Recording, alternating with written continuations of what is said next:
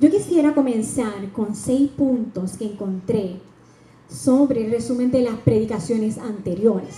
Anteriormente yo había predicado sobre la familia. Y uno de los puntos que encontramos fue que Dios creó a la familia y al matrimonio. Así que si Dios crea a la familia, Dios es quien debe establecer sus funciones, su propósito y cómo debe estar constituido. El segundo punto que repasamos fue las filosofías humanistas, ¿verdad? Que son creadas para el individuo. No están para realizar la voluntad de Dios, no toman en cuenta a Dios, sino que promueven la fe en el hombre y no en Dios. Así que trabajan arduamente, mis hermanos, junto con el enemigo. ¿Saben por qué? ¿Para qué? Para destruir la institución de la familia. Y esto lo hemos visto en todos los tiempos, no solamente en este tiempo. Yo quiero recordarle a los que nos ven a través del internet, el teléfono 787-627-2880. 787-627-2880. Se pueden comunicar con nosotros si quiere oración. Van a estar atendiendo su llamada. También el tercer punto que quiero repasar es que el matrimonio es la unión entre un hombre y una mujer bendecido por Dios. No hay términos medios, mis hermanos. Hembra y varón los creó Dios. También que Dios llama a las familias, quiere bendecirlas, ¿verdad? Tiene propósitos con la familia. Que Dios establece en la creación que no es bueno que el hombre esté solo, así que hace para él una ayuda idónea. Y además repasamos distintos tipos de familia, y esto fue en el retiro. Y una de las familias que está constituida no por Dios, sino por los especialistas de la conducta humana, es la familia homoparental, que es la familia donde parejas del mismo sexo crían niños. Esto no está constituido por el Señor, no está en la Biblia. Ahora, el matrimonio está organizado sobre la base de la familia. En esa base, la célula es la pareja, que es el varón y hembra unida según la voluntad de Dios. Y yo analizaba, mis hermanos, la poca importancia que muchas veces se le da al matrimonio. No solamente el mundo, no solamente el enemigo, ¿verdad?, sino que también los cristianos a veces no le damos importancia a lo que es el matrimonio. Y yo voy a repasar un poquito de ciencia. La célula es una unidad pequeña. Aquellos que comenzaron las escuelas dicen, voy a repasar de ciencia. La célula es una unidad pequeña, importante de todo organismo. ¿Saben? Ella realiza un sinnúmero de funciones dentro del cuerpo. La vida comienza con una única célula. Y cuando la célula recibe sustancias dañinas, comienza a trabajar mal y afecta el metabolismo. Puede transmitir ese daño que tiene esa célula a otras células. Y si hacemos una comparación en la familia, la célula es el matrimonio. Y si este matrimonio, que realizan ellos muchas funciones, se ve afectado positivo o negativamente, si es negativamente, va a afectar el equilibrio y la estabilidad de la familia. Así que la sociedad depende de buenos matrimonios. Las decisiones de países dependen de buenos matrimonios. Así que sería sabio decir que es importante que invirtamos tiempo en el matrimonio, que la sociedad invierta tiempo en el matrimonio. Es importante un orden en la familia, que esté bien constituido y tendremos mejores ciudadanos. Busquemos en Marcos 10, Marcos capítulo 10, versículos del 7 al 9. Gloria a Dios, aleluya. Marcos 10, versículos de 7 a 9, y dice así la palabra del Señor. 10 del 7 al 9, por esto dejará el hombre a su padre y a su madre, y se unirá a su mujer, y los dos serán una sola carne. Así que no son ya más dos, sino uno.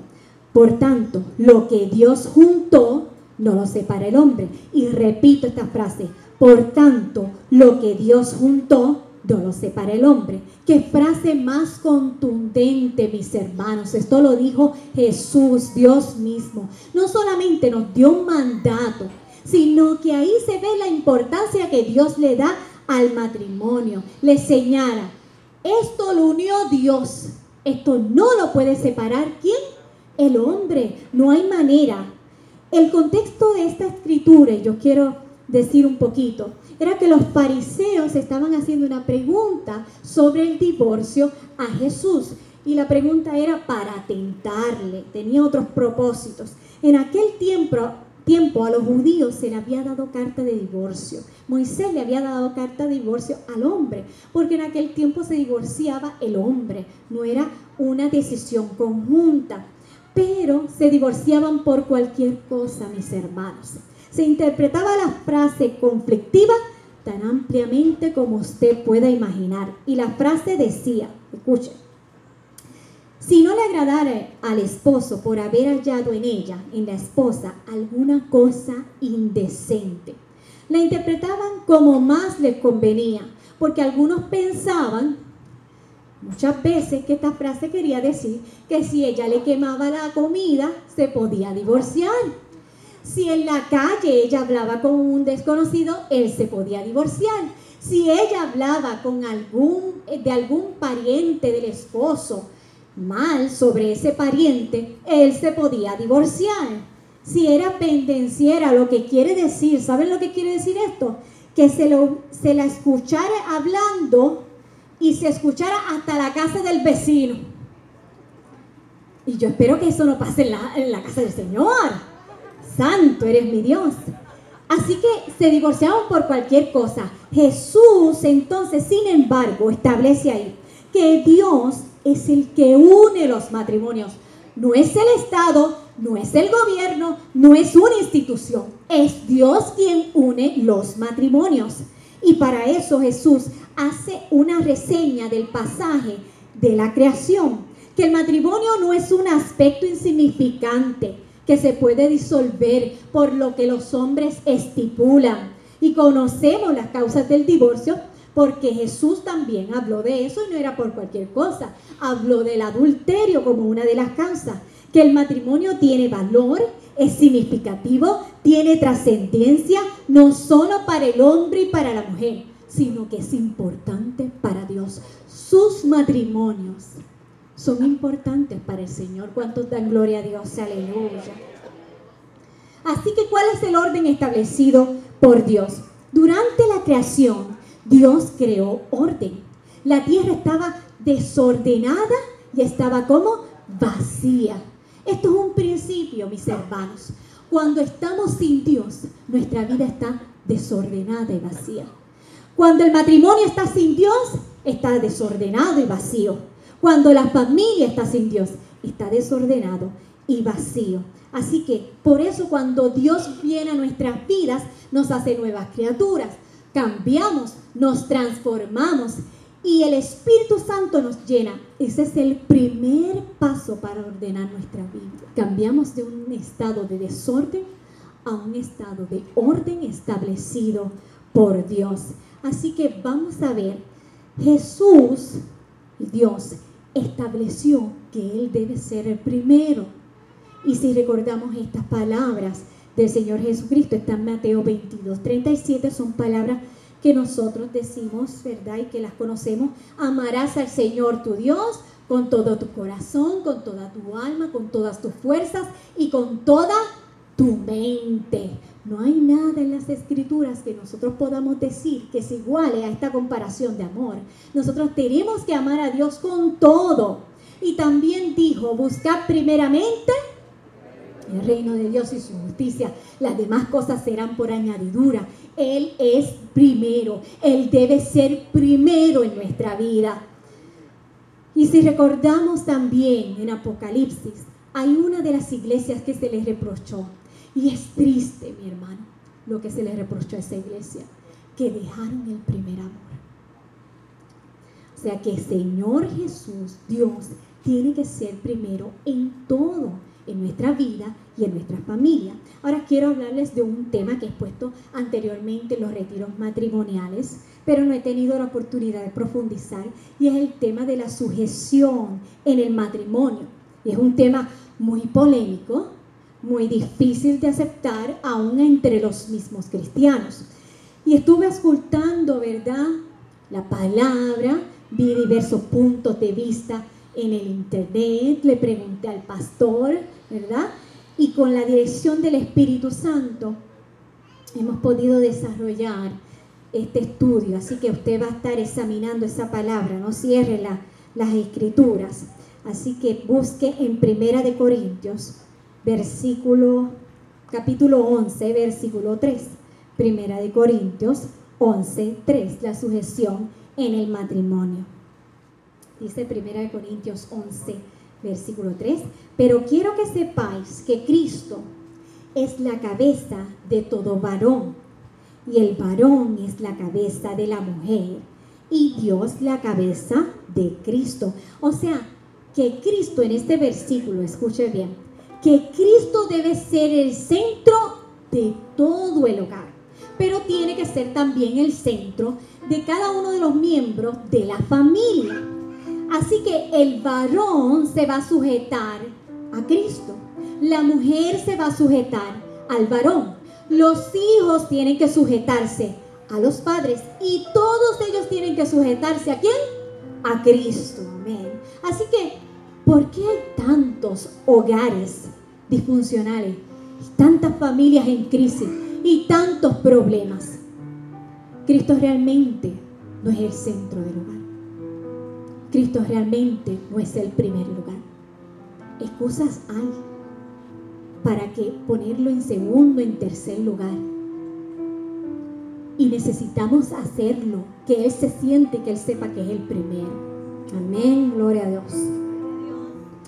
Y esta ordenanza, mi hermano, ¿sabe para qué es? Para bendición de nosotros. Para bendición de nosotras las mujeres. Así que busquemos Colosenses 3:18. Colosenses 3:18. Dice, casadas estad sujetas a vuestros maridos como conviene en el Señor. O sea, que a la esposa le conviene estar sujeta ¿a quién? A su marido. Es una bendición, mis hermanos. Es una bendición. Y esto viene de parte del Señor. ¿Qué significa que una esposa se someta a su esposo? Parece ser que la sumisión es exclusiva solamente de la mujer, pero la palabra nos habla en toda la Biblia de la sujeción que debemos tener todos los seres humanos. Así que yo quiero que busquen Efesios 5:21. ¿Quiénes necesitan estar sometidos? Pues mis hermanos, vamos a ver en la escritura. Efesios 5, versículo 21. Y dice la palabra del Señor: someteos unos a otros en el temor de Dios. Tenemos que someternos los cristianos unos a otros. Romanos 13:1. Romanos 13:1. Vamos a ir rapidito. Romanos 13:1 dice: sométase toda persona a las autoridades superiores, porque no hay autoridad sino de parte de Dios, y las que hay por Dios han sido establecidas. Los cristianos tienen que someterse a las autoridades. Santiago 4:7. Santiago 4:7 dice: someteos pues a Dios, resistid al diablo y huirá de vosotros. Fíjense en esta palabra. Nos dice que el enemigo, que el diablo, va a huir si nosotros ¿qué? Nos sometemos. Y a veces tenemos tantas personas que nos hablan diciendo que el enemigo está todo el tiempo detrás de ellos y con problemas y con situaciones. Mi hermano, realmente entonces nos estamos sometiendo a Dios, Porque una vez que nosotros nos sometemos, que obedecemos al Señor, obedecemos su palabra, el enemigo tiene que huir, porque quien está con nosotros es más poderoso. Así que no solamente es la mujer, la sujeción es para todos. Esto quiere decir que todos y cada uno de nosotros debemos estar sujetos a alguna autoridad. La sociedad está compuesta por diferentes instituciones de diversas naturalezas. Y estas designan a unos líderes. Son los jefes, son los gerentes, es su jefe, es su gerente. Esas son autoridades. Y se establecen con leyes y reglamentos. ¿Para qué?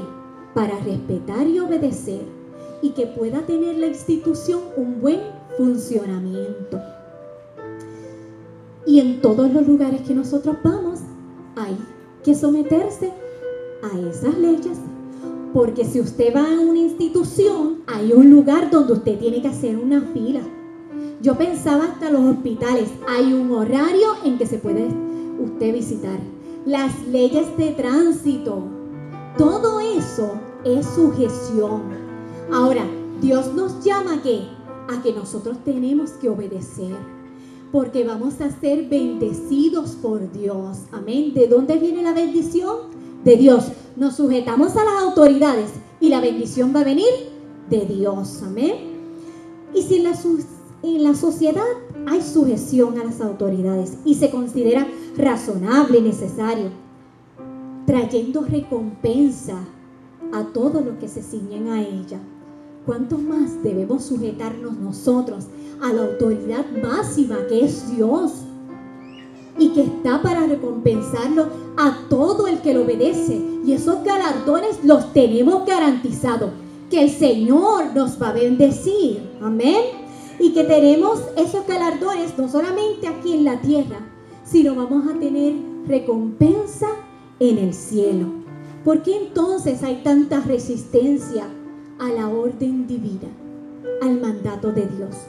Muchos cristianos tienen problemas de someterse a las autoridades de la iglesia. Aquí también hay autoridad, el pastor, los ancianos, y no echan raíces, no están en una iglesia por mucho tiempo, porque se les dificulta seguir las doctrinas y los mandamientos del Señor. La sumisión requiere entrega. La sumisión no debe ser vista como fácil o que siempre sea conveniente. Más bien es obediencia al Señor. La palabra griega para someterse, sujetarse, significa subordinar y deliberadamente significa obedecer.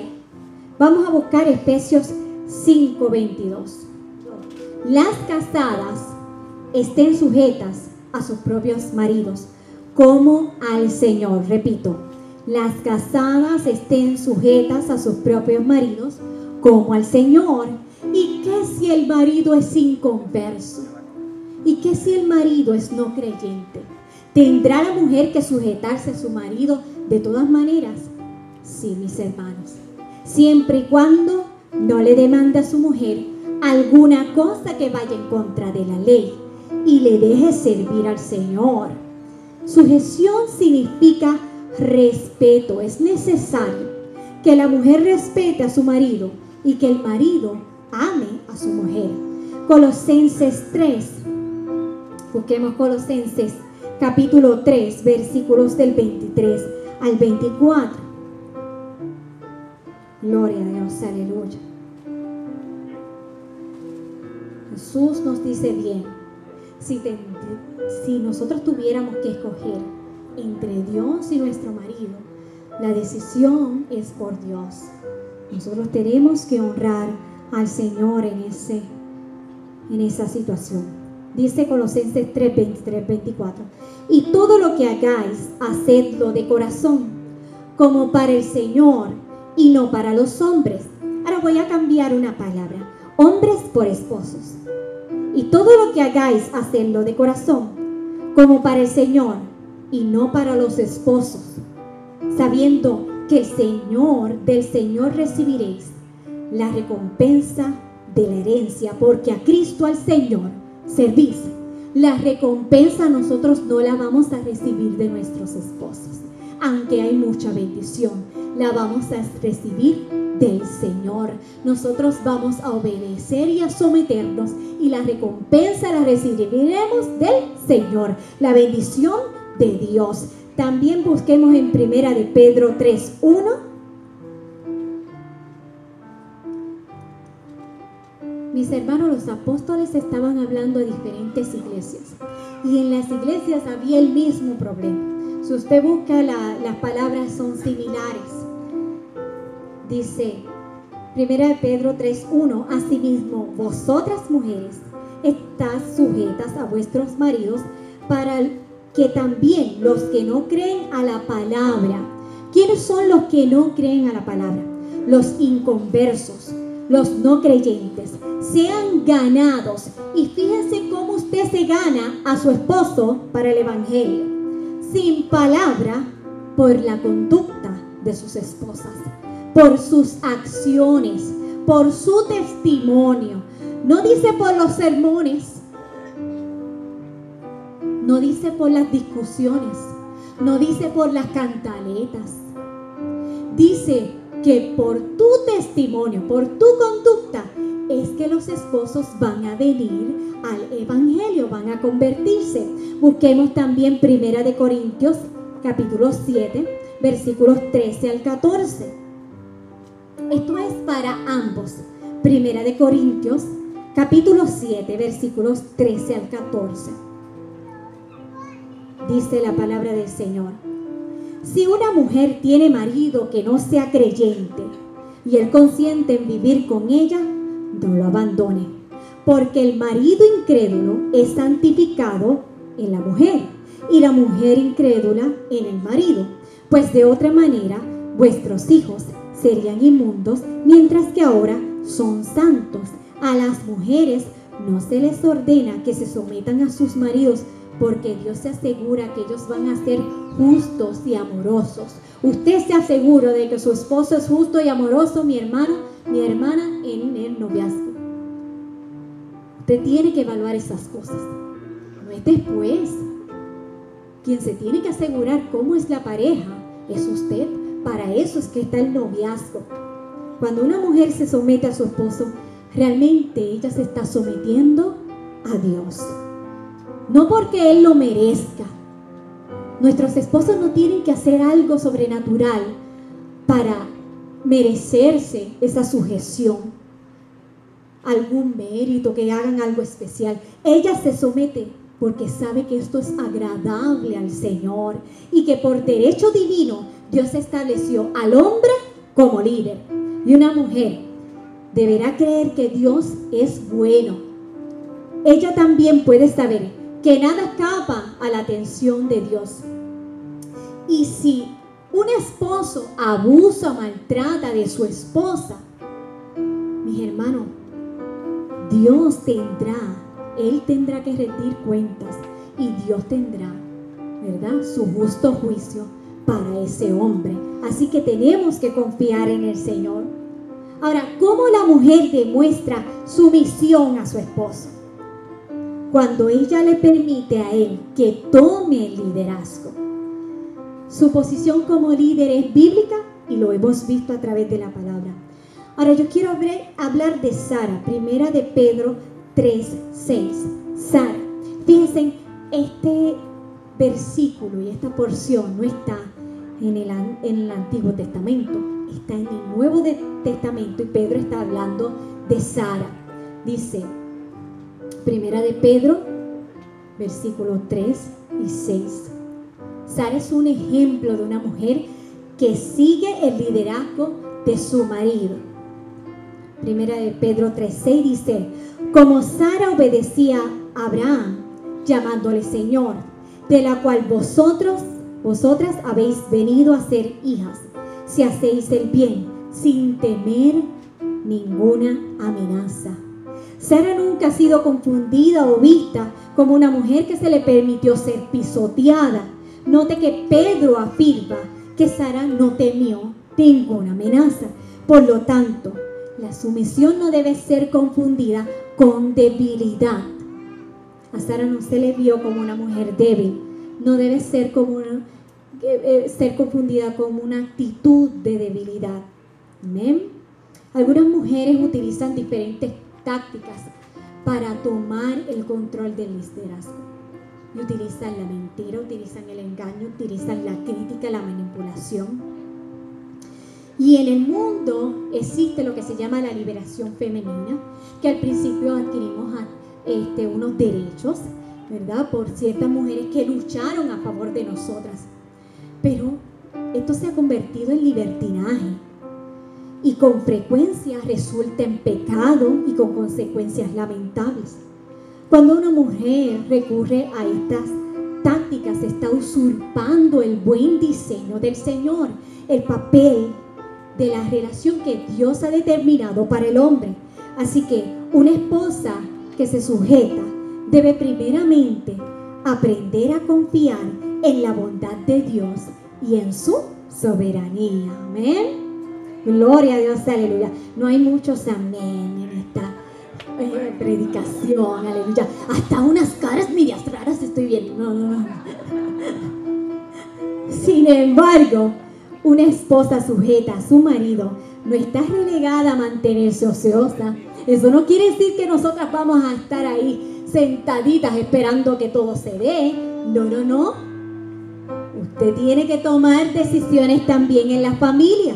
En un matrimonio saludable es un equipo. El esposo y la esposa es un equipo. En un matrimonio, cuando una decisión no se puede acordar conjuntamente, es el líder entonces quien la toma, sabiendo que él es el responsable delante de Dios por esa decisión. Ser cabeza implica responsabilidad, mis hermanos. Quien va a dar y rendir cuentas es el esposo, ¿verdad? Porque a veces lo vemos simplemente como una posición y un título, pero él es quien va a rendir cuentas por esa familia y por usted. Amén. En esa circunstancia o en una decisión que debe ser tomada solo por el marido, una esposa sujeta a su marido no excederá sus límites. Debemos exponer nuestra opinión, mis hermanos, con respeto. Una esposa debe ofrecer mucho ánimo. Necesitamos darle ánimo a nuestros esposos. Ellos tienen una carga pesada, tienen muchas responsabilidades y somos nosotras que tenemos que estar allí para animar. Y muchas veces dejamos que otras personas y terceros entren en decisiones de matrimonios, entren en decisiones de familia, y eso no debe pasar, mis hermanos. Nosotros tenemos que entender que el matrimonio está constituido para tomar decisiones dentro de la familia, y hablo del núcleo familiar. ¿Por qué traigo este tema? Es importante que usted como padre, como suegro, como tío, como primo, no venga a ser estorbo a ese matrimonio. Y a veces las mujeres se sujetan bien a esos esposos y somos los primeros que criticamos. Ay, ella siempre está pendiente del esposo, detrás del esposo. Es que no quiere a la familia. Mis hermanos, eso no son palabras sabias. El matrimonio tiene que tomar decisiones. Y si nos pidieran un consejo, ¿cómo no, mis hermanos?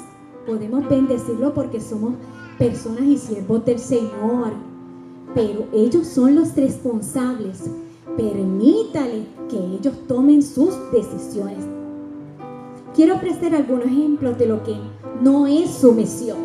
La esposa de David, Mical, se avergonzó de que él le danzara a Dios. Y no solamente eso, le reprochó por sus acciones y lo llamó un cualquiera.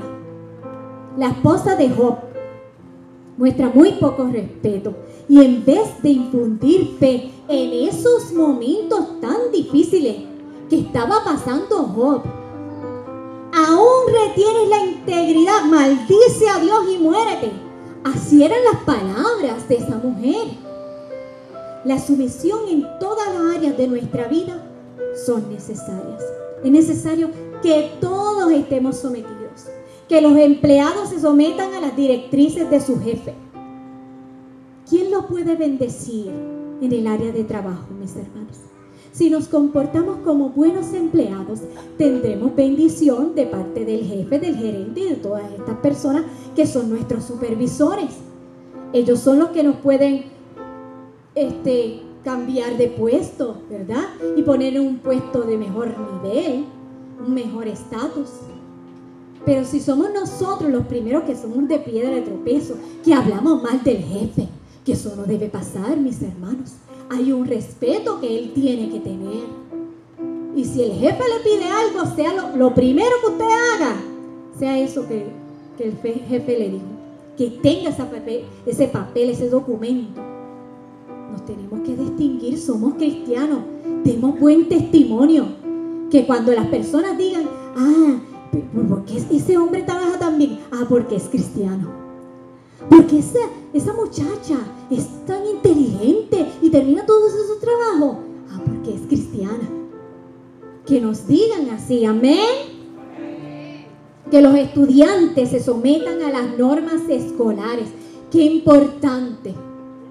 Como estudiante, mi hermana, tenemos niños que constantemente se están llevando a las disciplinas. ¿Por qué? Porque no se someten a las normas y a los reglamentos de la escuela. Que también los hijos se sometan a la disciplina de los padres. Ellos lo hacen con mucho amor y a veces no lo podemos entender, pero es necesario que nos corrijan. Nunca se ve la sumisión como un valor, nunca, como algo positivo. Jesús se sometió a la voluntad de su Padre. En Mateo 26:39, Mateo 26:39 dice, Mateo 26:39, yendo un poco delante, se postró sobre su rostro. El Jesús, el Señor, el Dios. ¿Cuántas veces a veces pensamos para estar postrados en su presencia? Mas sin embargo Jesús no lo pensó.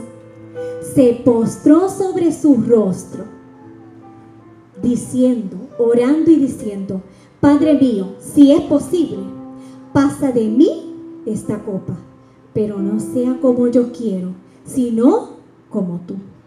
Sería una herejía decir que Jesús es de un menor valor que el Padre. Ellos son uno y por lo tanto santo.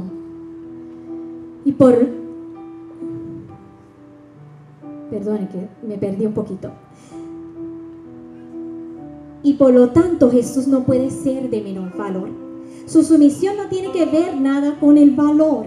Y esto es que muchas veces el enemigo nos quiere infundir, la carne y el pensamiento nos quieren infundir a nosotros, ¿verdad? Que somos de un menor valor si nos sujetamos a las autoridades.